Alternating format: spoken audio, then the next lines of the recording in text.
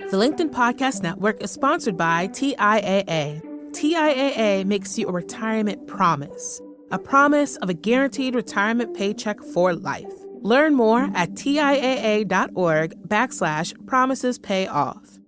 LinkedIn presents.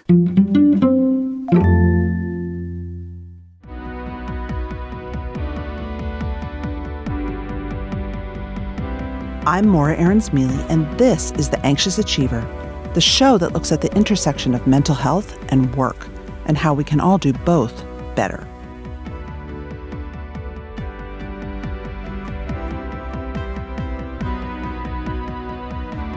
Did you know that championship tennis players, elite professional athletes, underperform when they can see a tournament's trophy displayed on the court? It makes sense, right? When you're really fixated and worried about an outcome, your brain loses track of the present, right? You go a million miles ahead, you start worrying, you start trying to control, you get anxious. And maybe don't stay in the moment, which is, of course, where your great play happens. My guest today, author Maggie Jackson, unpacks very, very typical, common, everyday instances of when our human brains get mired in fear of uncertainty, how it trips us up, and how, using the latest in neuroscience, we can move forward. I love Maggie's book, Uncertain, The Wisdom and Wonder of Being Unsure. I'm not alone. It's been nominated for a National Book Award and named a top 10 social sciences book of 2023 by Library Journal. Maggie has a very helpful and human approach towards taking us out of anxiety and learning to flex the muscles and the wonder and the skill that comes with when we embrace uncertainty and move through it. I swear it has literally changed how I approach uncertainty in the moment. And yes, that is scientifically proven to work. If you're in a moment where you're really uncertain and you feel anxiety coming in, give yourself a cue word. Tell yourself, I'm in the game. I'm in the game. Stay in the here and now. And your body, your physiology will change. So I hope you find this conversation as valuable as I have. And I welcome your thoughts on how you're thinking about uncertainty in these extremely uncertain times.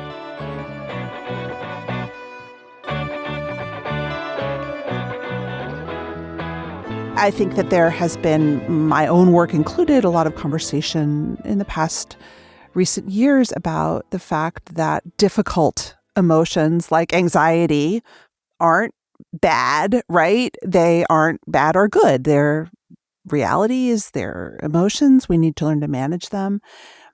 You're talking about sort of embracing uncertainty and actually thriving in it, which feels at a very human level like such a counterintuitive idea.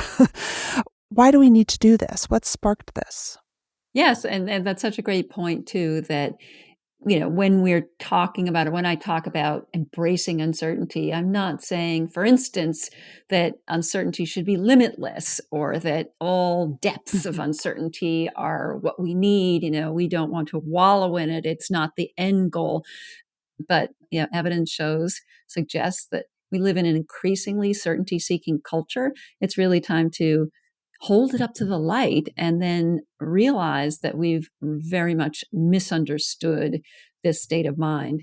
So it's very important not only to tap into the curiosity, the wonder, the exploratory nature of life itself and what we're doing at work, but it's also really important on a larger scale. For instance, uncertainty skillfully managed can really actually offer some answers to the polarization that divides us. It very much can help people liberate themselves. It's not a cure-all, but yet it can help people liberate themselves from the incredible stress and anxiety, as you talk about so well, at work.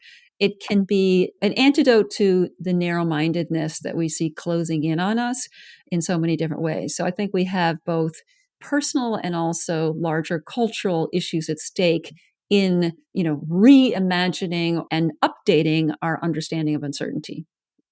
You wrote in the New York Times that our uneasy sense of not knowing triggers a host of beneficial neural changes, including heightened attention, bolstered working memory, and sensitivity to new information.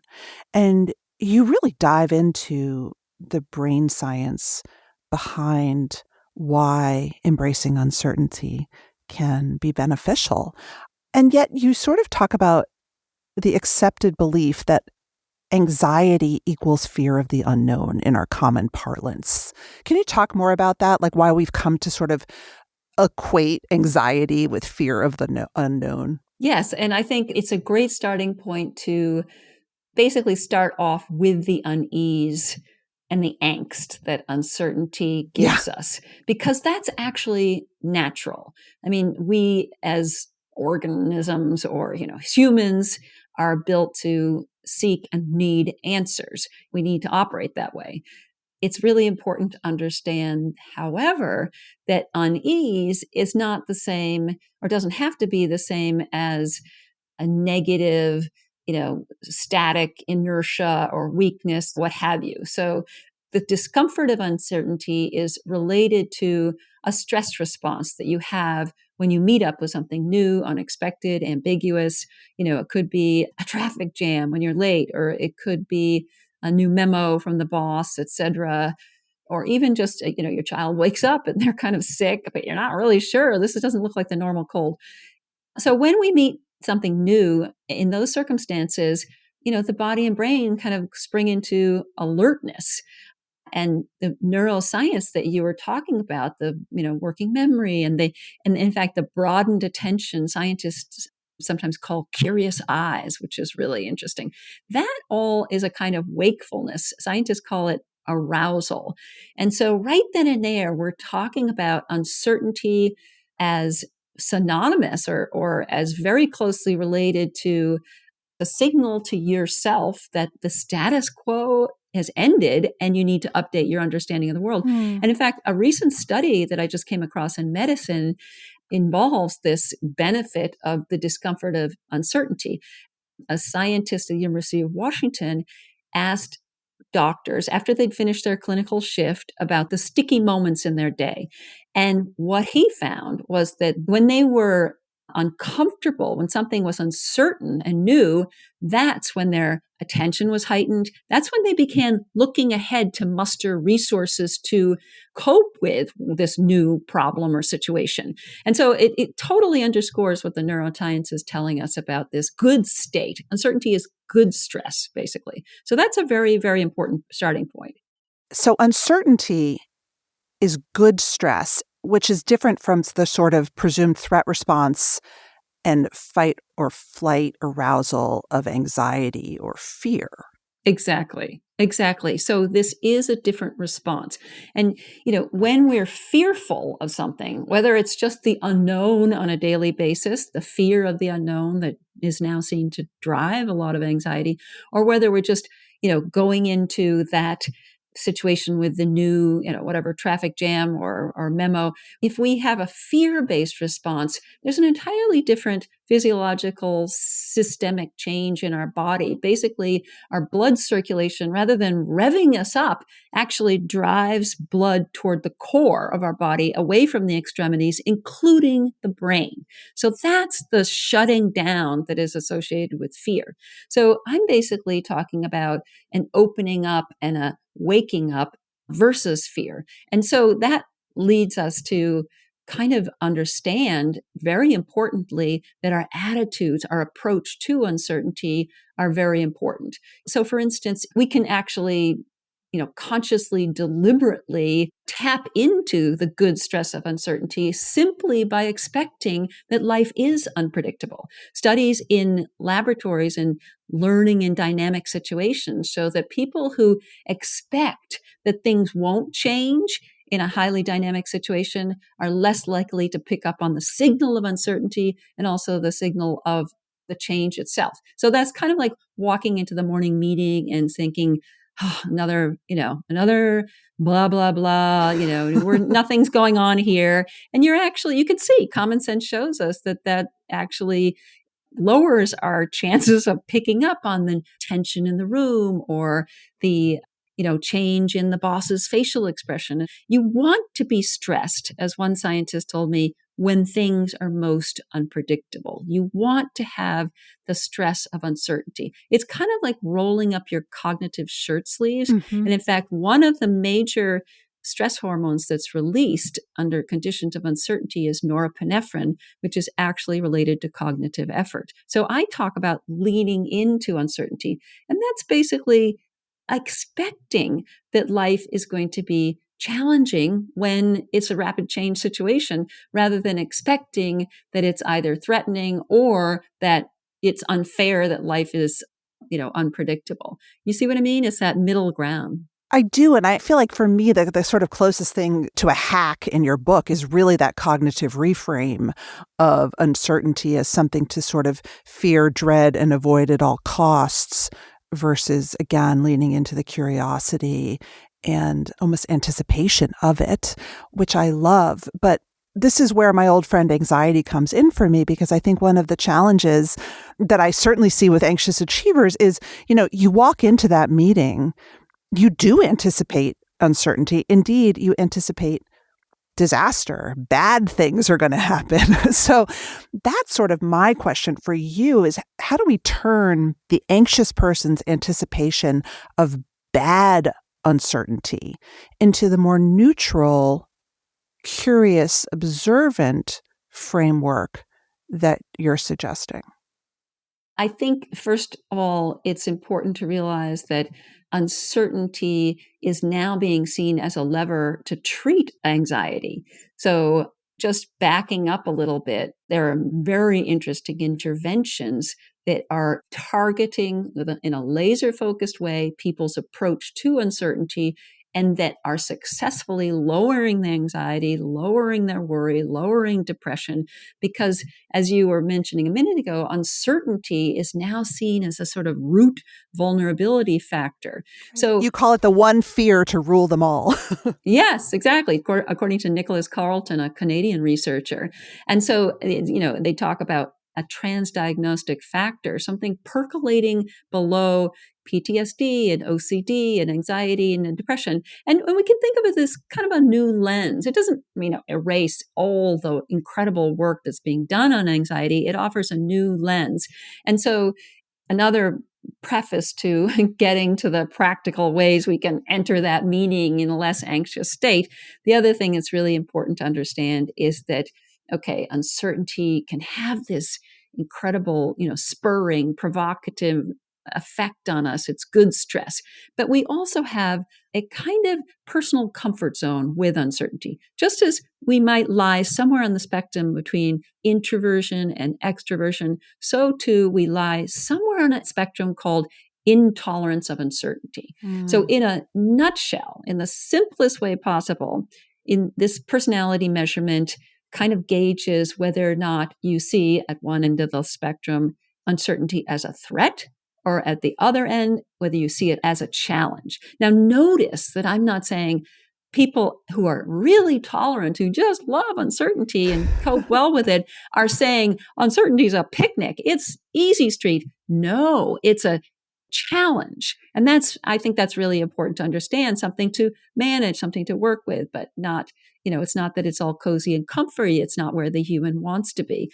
And so leading anxiety researchers have now been doing interventions to basically help people better tolerate uncertainty in order to lower their anxiety. So what might that look like? Well, they're basically challenging people, coaching and getting people to bite off a little more of the unknown, to put it really colloquially, to try on more of the unknown. It could be the exercises that are used in these interventions and that are working are something as simple as try a new dish at a restaurant.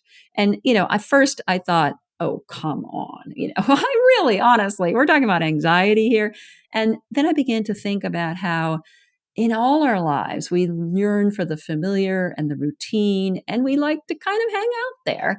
But if you say, go to the same Friday bistro and try that wonderful spaghetti that you love each week. I mean, I love doing that. We like to sit at the same seat at the dinner table at home. We love to hang out, in the cozy shelter of the familiar and routine, which is not where the human being thrives and learns best. And one of the exercises that's actually used by people who are clinically diagnosed with anxiety is just delegating more work. Because uncertainty puts you at the edge of what you know. Uncertainty is basically operating at the edge, pushing forward that envelope of being comfortable. And what's really important here is that it's not that people are, navigating the frontiers of uncertainty. And so therefore, their anxiety automatically lifts. It's not that they see uncertainty as absolutely 100% always wonderful. It's that they see that when they're in the unknown, there are multiple possibilities. It's not just a disaster. So they're actually learning to surprise themselves, which is curiosity and exploration. It's not dissimilar, from an exposure therapy that you might do to treat social anxiety, right? Where you might go to a party and stay, for 5 minutes longer. So I think on that level, it sort of makes sense in that it's helping us expand our repertoire and get a little bit more comfortable with being uncomfortable. And then maybe we'll be surprised that it doesn't kill us. Exactly. And it's kind of interesting. It's a little bit, neuroscience geeky, but I love the fact that what's happening here is that you're actually using the uncertainty itself. In other words, you're kind of sure that it's going to be a disaster and the boss won't like my presentation and all those sorts of things. You're trying on all of these sort of, in some ways, certainties very often. What this does is kind of enlist uncertainty, which is, scientists say, prediction error, because we constantly operate in automaticity, and uncertainty, to give it yet another sort of vocabulary for it, is not just arousal.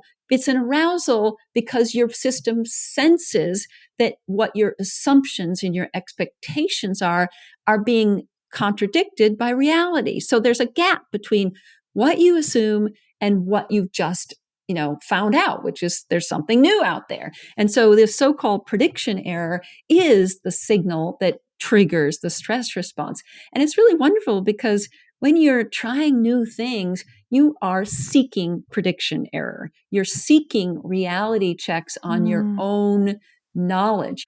In writing this book, whether I was interviewing surgeons and in the operating room or looking into, teams that put the rovers on Mars or all sorts of different situations, I constantly found myself thinking about being jolted out of our assumptions. That's what uncertainty does in a good way. In a good way. But a constant theme is certainty seeking and efficiency seeking and the pressures of time. One of my big takeaways throughout the book is the importance of time and spaciousness.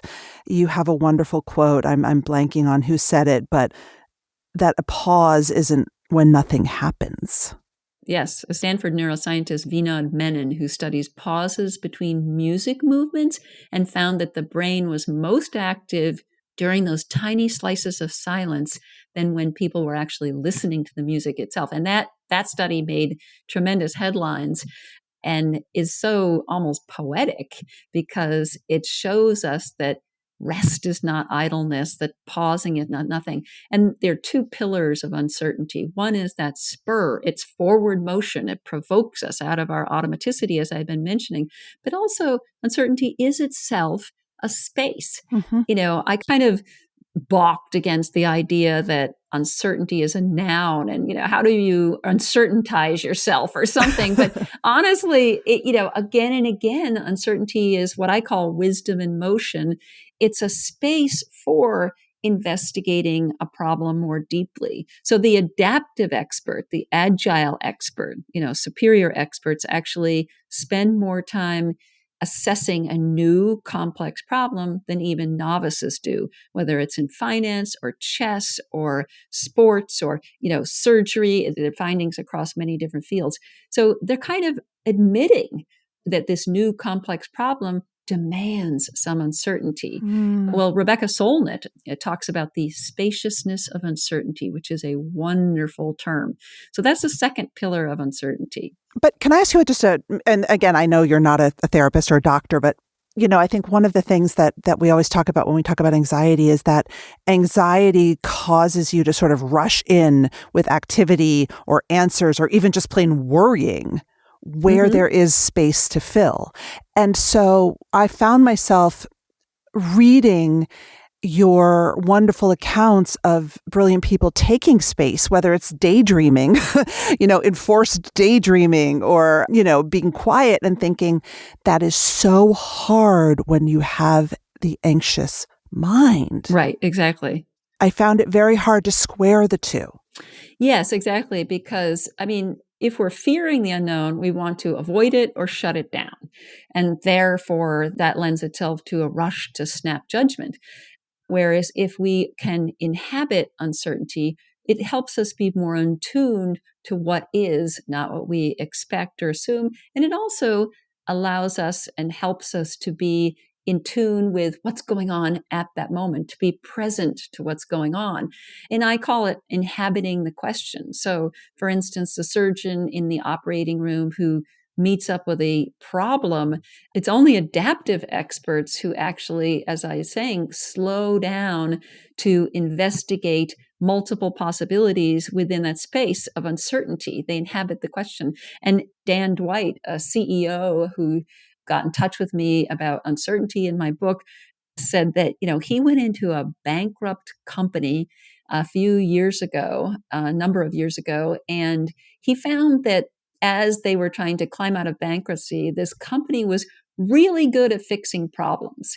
But 6 months later, that problem would surface again because that's what they were doing, fixing as in rushing to Right. fix problems. And he found that what was needed, he calls it resilience. And what it was inhabiting that question so that they could get to the root of the problem, not just constantly put Band-Aids on it. And that, in a nutshell, kind of encapsulates, again, what uncertainty offers us. Yes. How can we train people to be open to the not knowing? You cite a really interesting experiment with doctors, but I'm curious, what can listeners take away? They may think, oh gosh, that sounds great. I'd love to be open to the not knowing. Where do I even start? Right. I think there are many practical steps we can do personally and also with our team or the people we manage. I think, for instance, one of the starting point is the kind of education that comes from discussions like ours. It's really important to learn the new literature on uncertainty, to be open to it and not, see it anymore as a weakness. The science, the studies are percolating out from medicine, from business, from all sorts of fields, saying that, uncertainty is not the paralysis and weakness we fear. Secondly, I think we can change our language around uncertainty. That's often a very, very important point of movement in business or culture change. So, for instance, many times I'm asked, how can I, as a leader, be uncertain, embrace the positive aspects of uncertainty, and yet not appear weak? And I think that, we don't have to ride in, waving the flag of uncertainty.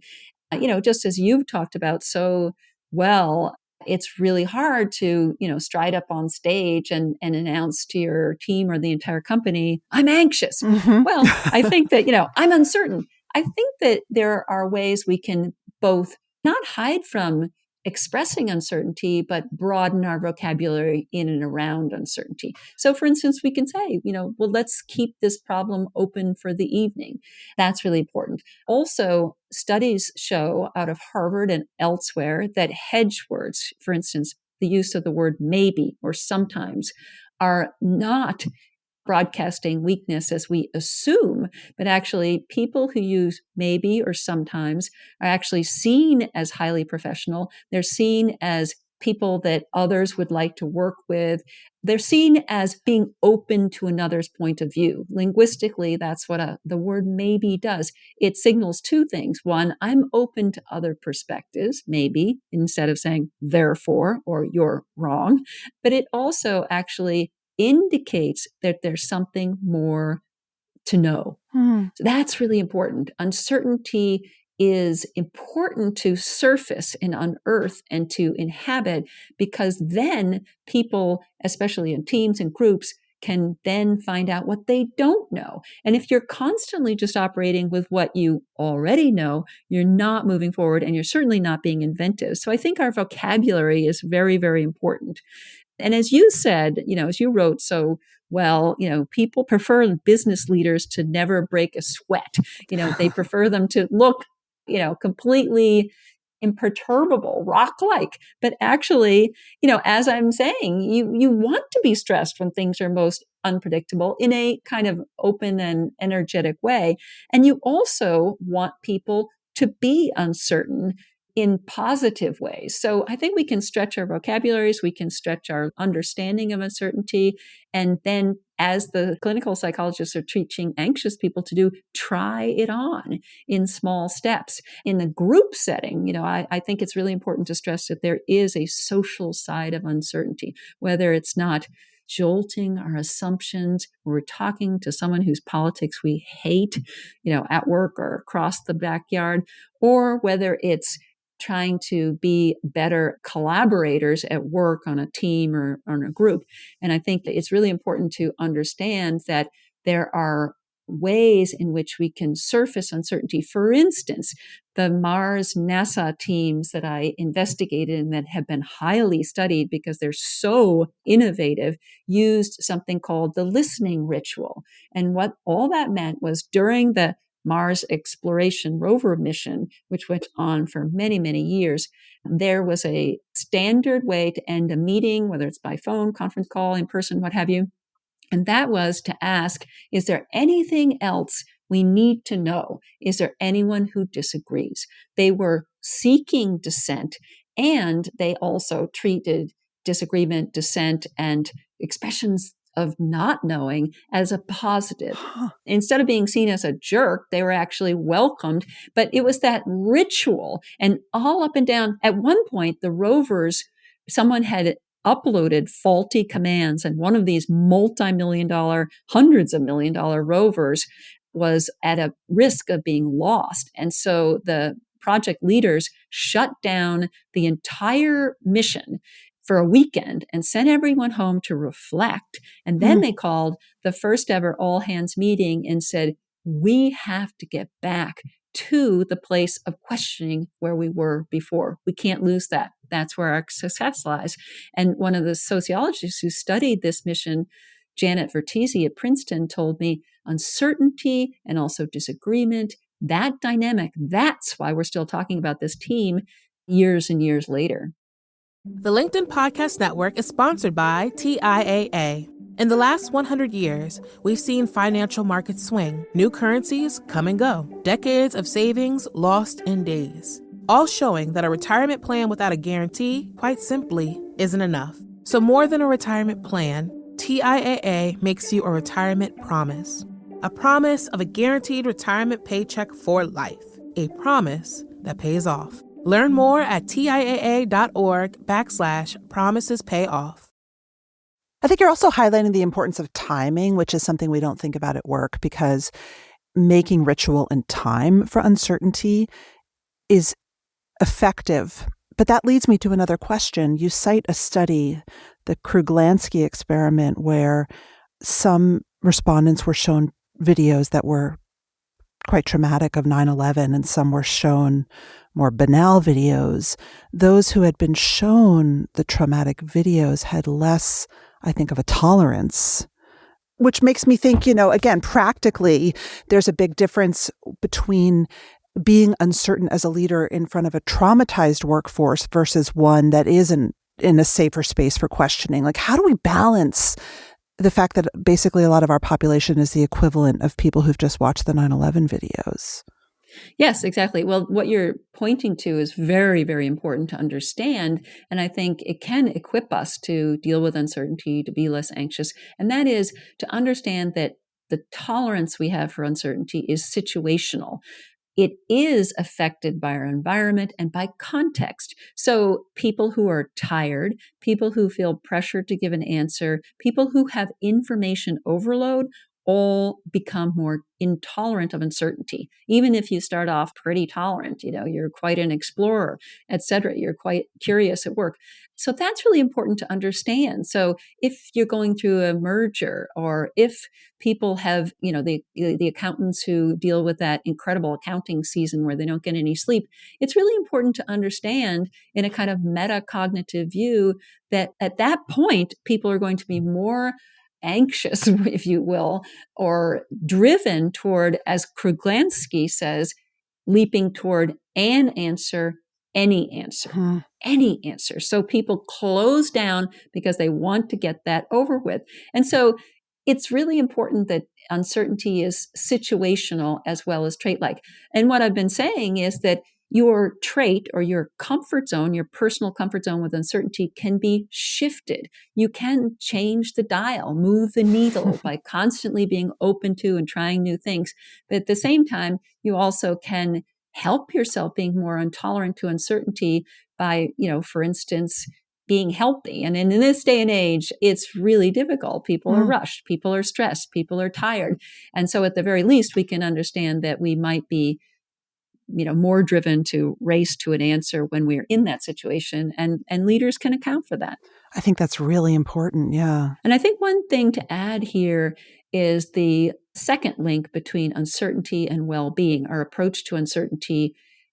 There's a virtuous cycle here. In other words, when we're tired or overloaded, we might want to yearn to a new answer. But at the same time, when we're more positively approaching and utilizing our uncertainty to move forward, we're actually bolstering our well-being.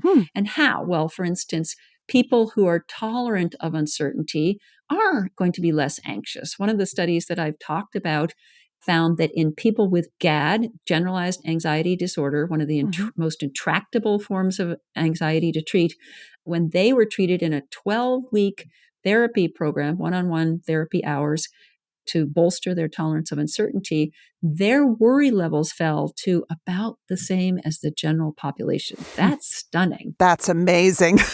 It is. More work needs to be done, but this is gold standard, randomized controlled studies, etc. Now, the second link, which is really interesting and important, is through curiosity. And a lot of people ask me about curiosity and uncertainty because they sense there's some kind of parallel or they're cousins as human states. And it's true. One of the most important pillars of the curious persona, people who are highly curious, is that they are much more likely to tolerate the stress of the unknown. So they're more likely to tolerate the discomfort, the awkwardness part of operating in uncertainty. Why? Do we know why? Well, it's because they're actually the kind of curious people who are acting on their curiosity. So you can be curious and you can kind of wonder, oh, what's the name of that painter, or who won the Super Bowl in X? But, actually, unless you're willing to tolerate the stress of uncertainty, you often won't act on it. So it's really related to being the one who raises their hand with a dissenting remark in the workplace. It's related to people who are willing to tolerate the stress of the unknown at work, are curious, and they're also more engaged at work. They're just on their toes. And the other interesting point is that this facet of curiosity is the most highly related to well-being. So these are people who seek the uncomfortable. They read difficult books. They raise their hand to say, I disagree. I mean, you would think, wow, that sounds really stressful. But actually, what's happening is that when you can be open to all of life, the negative, the difficult, the threatening even, and actually operate in that milieu at the edge of the unknown, you're open to both the good and the bad in life. You're not hiding or closing down. People who are highly curious and who can tolerate the stress of the unknown are more likely to have more pleasurable moments in life. They have higher life satisfaction. So, again, life isn't a picnic just because you're curious and, sometimes awkwardly so. But these are the type of people who are rated by family and friends as being better able to manage uncertainty. So there's a sort of package of skill sets here Hmm. that shows me that it's a virtuous cycle when you can kind of lift yourself away from the fear of the unknown and understand that when you can admit that life is difficult and unpredictable and mutable and doesn't always go your way, then you're actually able to contend with all of life. Is this a temperamental thing? Are people born differently? Can you learn it? Is it about your privilege also in the world and where you come from? Oh, yes, great questions. Well, I think that, yes, the personality disposition related to tolerance or intolerance of uncertainty is intrinsic, innate to us. So, as I'm mentioning, you have a certain comfort zone, but Right. again, it's changeable. And you can expand your tolerance of uncertainty as interventions are showing. In fact, in the medical world, people are exploring teaching doctors to better tolerate uncertainty in order to curb overdiagnosis and over testing. Because the de facto sort of yearning in medicine is to reach for that test to try to attain more certainty or to label something that maybe is murky and ambiguous. Hmm. But it's costly. I mean, it's both traumatic for people and it's a huge expense in the medical field to constantly have this testing, which isn't useful and sometimes leads to unnecessary treatments. So this is a huge issue right now in medicine to try to, again, use intolerance of uncertainty to perhaps allow doctors to be more able to contend with the unknown. And it's interesting because I talked to doctors in one particular program in Maine. These were family physicians in their residency, so young doctors, and the faculty had become very, very concerned about the young doctor's discomfort with uncertainty. As one of the young doctors told me, I just wanted everything to be straight out of the textbook.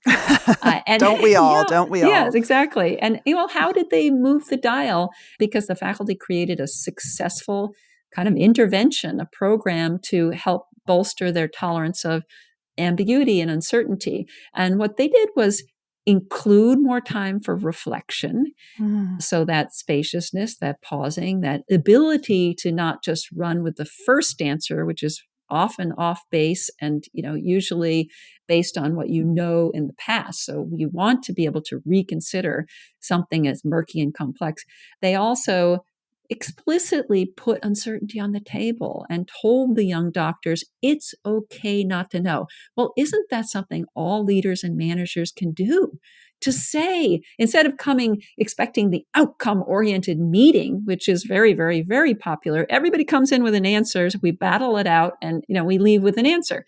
But when we can allow ourselves just, I'm talking about a few minutes sometimes, to say openly, I don't know, let's work on that, then Hmm. we really gain. And what was unbelievable to me, which was so amazing to me, was that at the end of the program, both the faculty and the young doctors told me that this ability to tolerate and contend with uncertainty, heightened ability to tolerate uncertainty, had given them courage.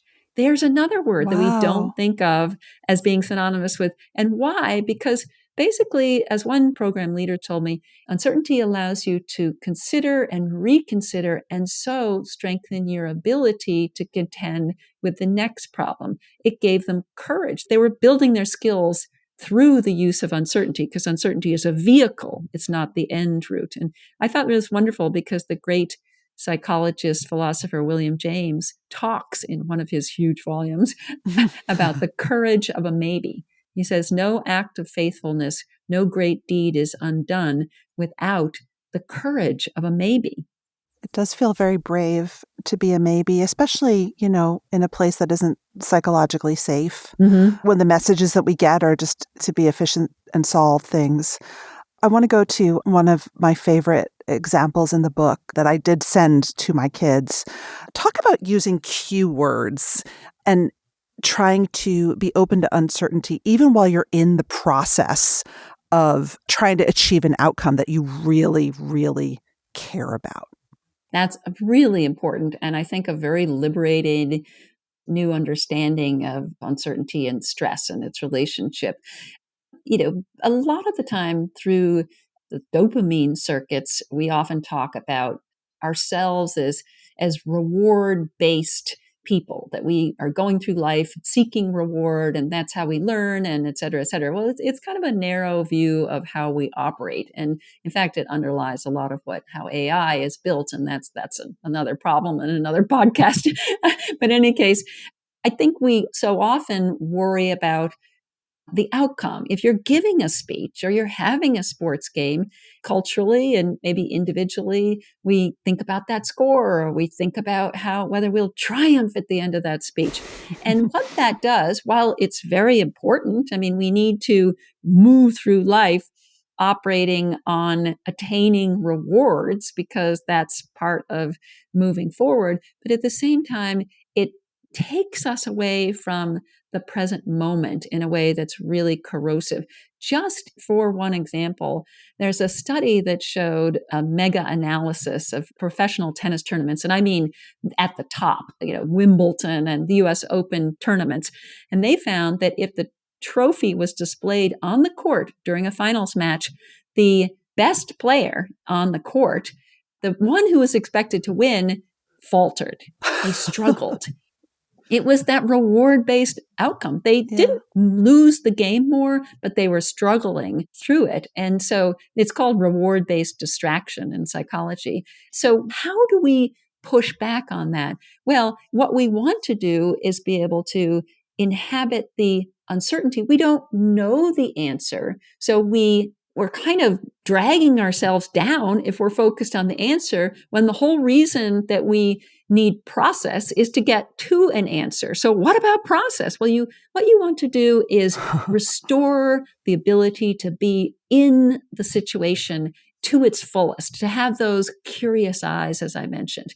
And one researcher, Jeremy Jameson, has been working with people in very stressful, challenging situations, such as law school exams or a presentation in front of, judges. And he found that just briefly telling people that this stress of the unknown that they're dealing with in these challenging situations is actually equipping us to do better. So there again, we're realizing that uncertainty is good stress. What happened when he coached people on this in a very few minutes was, in actual real life situations, they became more engaged with what was going on around them. They were able to pick up on things. And so I think that's a really important way that we can dial back on test anxiety or that sort of anxiousness, and we can kind of liberate ourselves. What are the cues? I know that there were actual verbal cues. Could you give us an example of one? Yes. Well, a cue word is a wonderful reminder of the fact that we can engage with the present moment in a less anxious way. For instance, sometimes young athletes are taught to, quote unquote, focus on every play. So they develop their own mantra. If you can say to yourself, focus. This is a little bit different, but when I'm trying to fall asleep and my mind is racing, I just tell myself, off duty. Maggie, you're off duty. And it's just, I think I was inspired by this idea of the cue words. So when I'm in the present moment, I can say to myself, on duty. But if I'm off duty, try to allow yourself to draw the line and to, then step away from that constant racing mind, worrying about outcome, basically. Maggie, thank you so much. Thank you.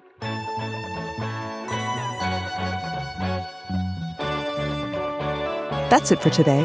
Our show is produced and edited by Mary Dew. Our assistant producer and sound engineer is Nick Krinko. Many thanks to the LinkedIn Presents family and to all our guests for sharing their stories. If you love the show, tell your friends. I would love you to leave a review because they really matter in helping the show get found. You could also follow us or subscribe. If you have a question for me or you want to submit an idea for the show, find me on LinkedIn, where you can follow me, message me, I promise I'll write back, or subscribe to my newsletter for more from the Anxious Achiever world. Thanks for listening.